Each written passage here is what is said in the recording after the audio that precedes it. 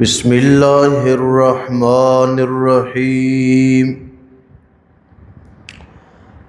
هو الذی خلقکم من نفس واحدہ، وہی ذات ہے جس نے پیدا کیا تمہیں ایک جان سے۔ پیدا کیا تمہیں، جس نے پیدا کیا تمہیں ایک جان سے۔ وَجَعَلَ مِنْهَا، اور بنایا اس سے، زوجہا، اس کی بیوی کو، تاکہ راحت حاصل کرے وہ الیہا، اس سے۔ فَلَمَّا تَغَشَّاهَا، پس جب ڈھانپ لیا مرد نے اس عورت کو، حملت حملاً، حمل ٹھہرا، حمل ہلکا سا، حمل ٹھہرا، حمل ہلکا سا۔ فمرت بہ، پس وہ عورت چلتی پھرتی رہی اس کے ساتھ۔ فلما اثقلت، پس جب وہ حمل بھاری ہو گیا، دعا کی ان دونوں نے، پکارا ان دونوں نے، ربہما، اپنے رب کو۔ لئن آتیتنا صالحا، اگر عطا کیا تو نے ہمیں نیک، لنکونن من الشاکرین، البتہ ہو جائیں گے ہم شکر کرنے والے۔ فلما، پس جب، آتاہما صالحا، عطا کیا ہم نے ان دونوں کو صالح یعنی اولاد، جعلا لہ شرکاء، بنا لیا ان دونوں نے شریک اس معاملے میں جو عطا کیا ہم نے ان دونوں کو۔ فتعالی اللہ، پس بلند ہے اللہ تعالی، عما یشرکون، اس سے جو وہ شریک ٹھہراتے ہیں۔ عام طور پر مفسرین اکرام نے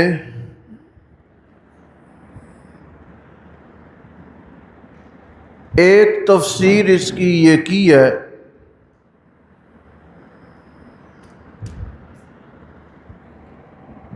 کہ خلقکم من نفس واحدہ، ہم نے ایک ہی جان سے تمہیں پیدا کیا۔ وہ ایک جان کون ہے؟ حضرت آدم۔ وجعل منہا زوجہا، اسی سے ہم نے ان کی اہلیہ، جوڑا، بیوی وہ پیدا کی، اما حوا۔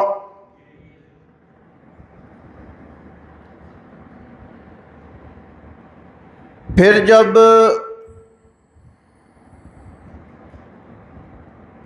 تغشاہا،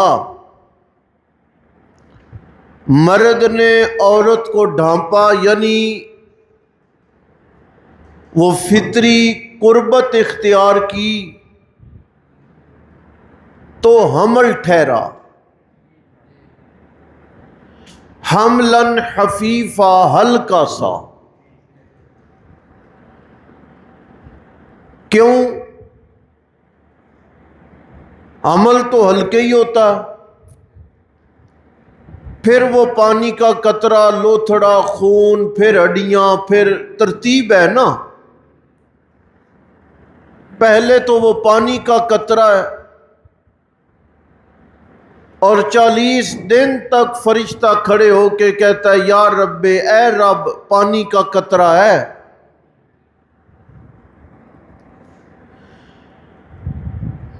عورت کو کوئی محسوس نہیں ہو رہا، وہ چل پھر رہی ہے، لیکن جب حمل وزنی ہو گیا یعنی اعضاء بن گئے نا، تو ان دونوں نے پروردگار عالم سے یہ دعا کی، یا اللہ مہربانی کر نیک اولاد دینا، ہم اس نیک اولاد کے بدلے میں تیرا اور زیادہ شکر ادا کریں گے۔ جس وقت اللہ نے نیک اولاد دے دی، جعل لہ شرکاء، تو انہوں نے اللہ کے ساتھ اوروں کو شریک بنا دیا۔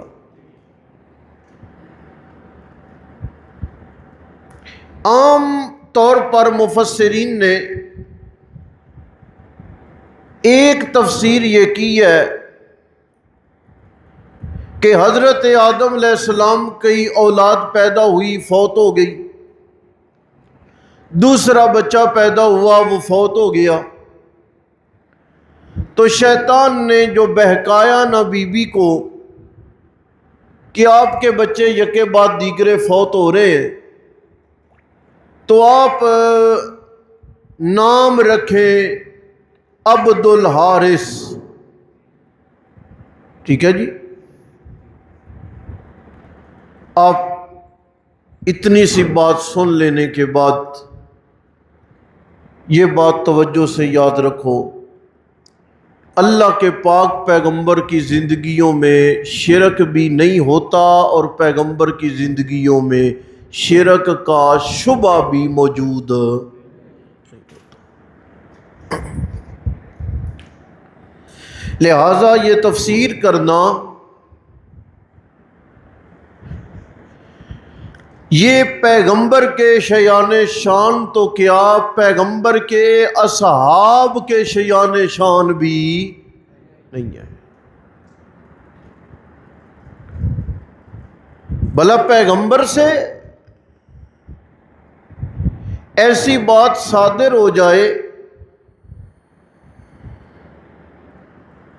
جس میں ابہام ہو، شرک نہ بھی ہو نا، شبہ موجود ہو شرک کا، یہ شیان شان نہیں ہے۔ پیغمبروں کو تو صاف بولا گیا ہے، وَلَوْ أَشْرَكُوا لَحَبِطَ عَنْهُمْ۔ 18 پیغمبروں کے نام بولے پروردگار عالم نے اور فرمایا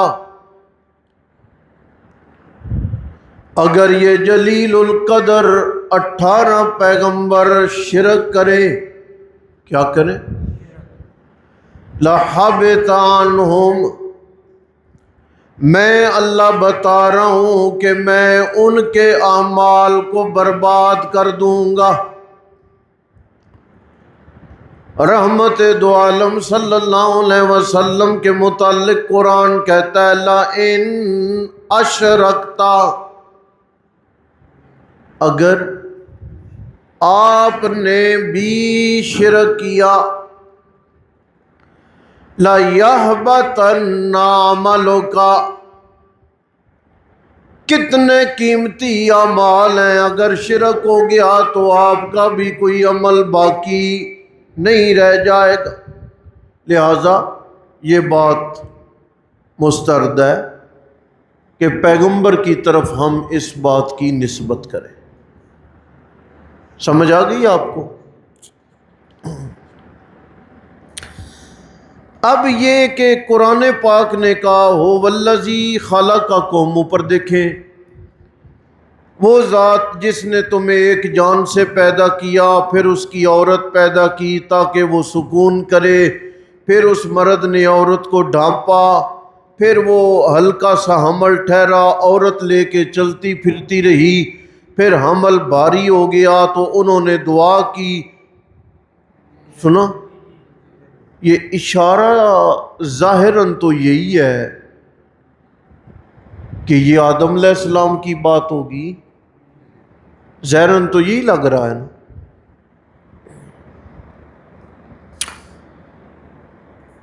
علامہ سیوطی رحمۃ اللہ علیہ نے اور علامہ زرکشی رحمۃ اللہ علیہ نے علوم قرآن پر دو کتابیں لکھی ہیں اور اتفاق ہے دونوں کا نام ایک ہے، البرہان فی علوم القرآن۔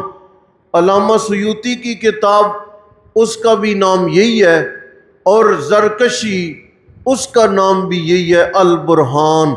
دونوں ہمارے پاس موجود ہیں۔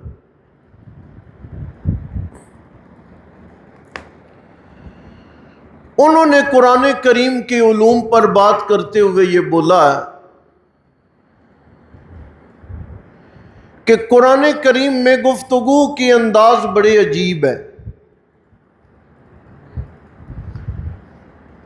کبھی اللہ تعالیٰ کسی ایک بندے کا تذکرہ کرتے ہیں نا جی، اور مقصد وہ بندہ بیان کرنا نہیں ہوتا، اس بندے کی ذات پر تبصرہ کرنا نہیں ہوتا، بلکہ اس سے مقصد اور لوگوں کو بات سمجھانا ہوتا ہے۔ یہ جو ہمارے پنجابی میں نہیں آکھاں تینوں مثال چلتی ہے نا، بہو کو بات سمجھانے کے لیے اپنی بیٹی کو خطاب کرنا، ہم بھی یہاں پہ کرتے ہیں۔ اپنی کلاس میں کسی بھی نئے دوست کو بات سمجھانے کے لیے آپ نے کسی بھی قریبی اور پرانے کلاس کے دوست کو جھڑک دیا، اس کو تنبیہ کر دی۔ مقصد اسے تنبیہ کرنا نہیں ہوتا، مقصد اس کو ڈرانا یا اسے غافل کہنا نہیں ہوتا، ایک اور بچے کو آگاہ کرنا ہوتا ہے، اسے سمجھانا ہوتا ہے کہ ہمیں تمہاری شرارتوں کا علم ہو رہا ہے، لیکن آپ خطاب کس کو کرتے ہو؟ اپنے قریبی کو۔ یہاں پر بھی یہی ہوا، اللہ تعالیٰ نے بات عمومی کی ہے اور یہ معاشرے میں موجود بھی ہے۔ دیکھیں ذرا، فَلَمَّا آتَاهُمَا صَالِحًا، میں پروردگار عالم نے جب انہیں نیک اولاد عطا کر دی، جَعَلَ لَهُ شُرَكَاءَ فِيمَا آتَاهُمَا، تو میری عطا کردہ میں انہوں نے شریک بنا لیے۔ بیٹا میں نے دیا تھا، انہوں نے کہا پیراں دیتا۔ نام رکھے ہیں کوئی نہیں رکھے؟ بول تو لو۔ دینے والا میں اللہ تھا، انہوں نے اللہ کے سوا غیر اللہ کے نام پر ان بچوں کے نام رکھ دیے۔ عبداللہ نام ہونا چاہیے تھا، اللہ کا بندہ، لیکن انہوں نے عبد الرسول یعنی رسول کا بندہ۔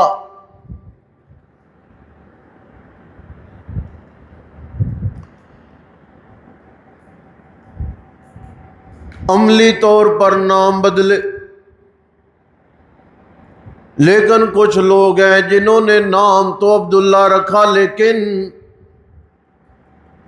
اولاد کے پیدا ہونے کے بعد چکر جا کے پیروں کی قبروں کے لگائے اور شکریہ ان کا ادا کیا۔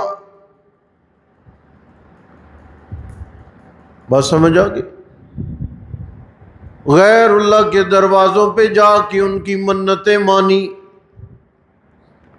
غیر اللہ کی قبروں پہ جا کے نظر و نیاز دی، اور عملی طور پر اللہ کا شکر نہیں کیا بلکہ ان پیروں اور گدی نشینوں کا شکر ادا کیا۔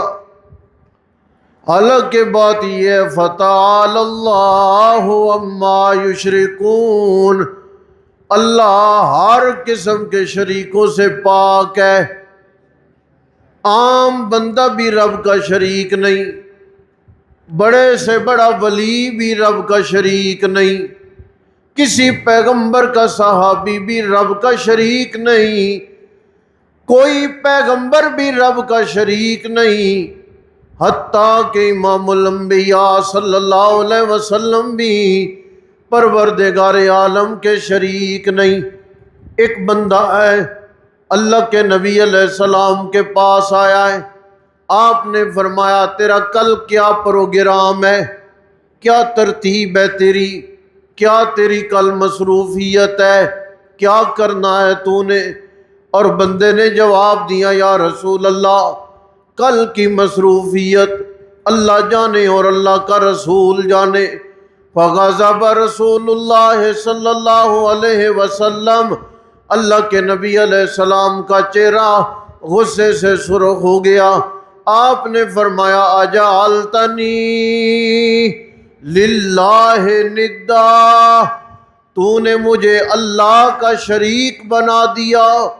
ایسا نہ بول، ایسی بات اپنی زبان سے نہ نکالا کر، بلکہ کہا کر میں کل وہ کام کروں گا جو اللہ اور اللہ کا رسول نہیں، بلکہ قل ما شاء اللہ وحدہ، وہ کہہ کہ میں کل کروں گا جو میرا اکیلا اللہ چاہے گا۔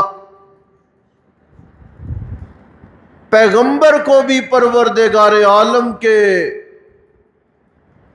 معاملات میں شریک نہیں ٹھہرایا جا سکتا۔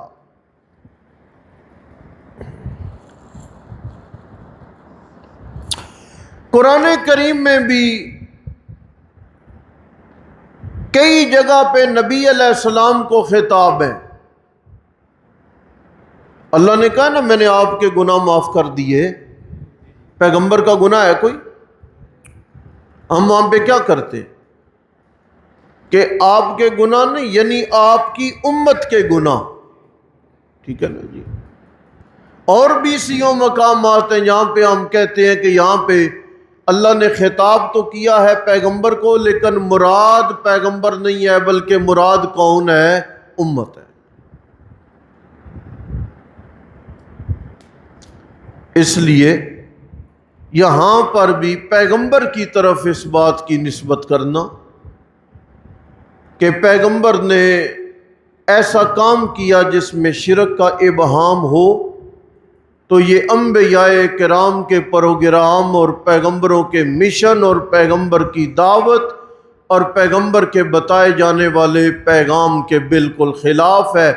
ساری کائنات سے شرک ہو سکتا ہے، لیکن اللہ کے پیغمبروں سے کوئی بھی گناہ نہیں ہو سکتا۔ دیکھیں جی،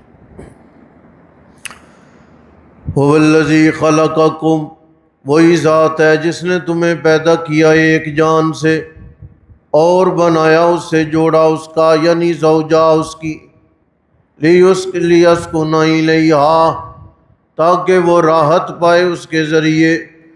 فلما تغشاہا، پس جب ڈانپ لیا اس نے اس عورت کو، حملت حملا خفیفا، تو ٹھہرا حمل ہلکا سا، فمرت بہ، پس وہ عورت چلتی پھرتی رہی اس کے ذریعے۔ فلما اسکلت، پس جب وہ بھاری ہو گیا، پکارا ان دونوں نے اپنے رب کو، اگر عطا کی تو نے ہمیں صالح اولاد، البتہ ہو جائیں گے ہم شکر کرنے والوں سے۔ فلما آتاہما، پس جب عطا کی اس نے ان دونوں کو صالح اولاد، تو بنا لیا ان دونوں نے شریک اس میں جو اس نے عطا کی۔ فتعالی اللہ، پس بلند ہے اللہ تعالی، عما یشرکون، اس سے جو وہ شریک ٹھہراتے ہیں۔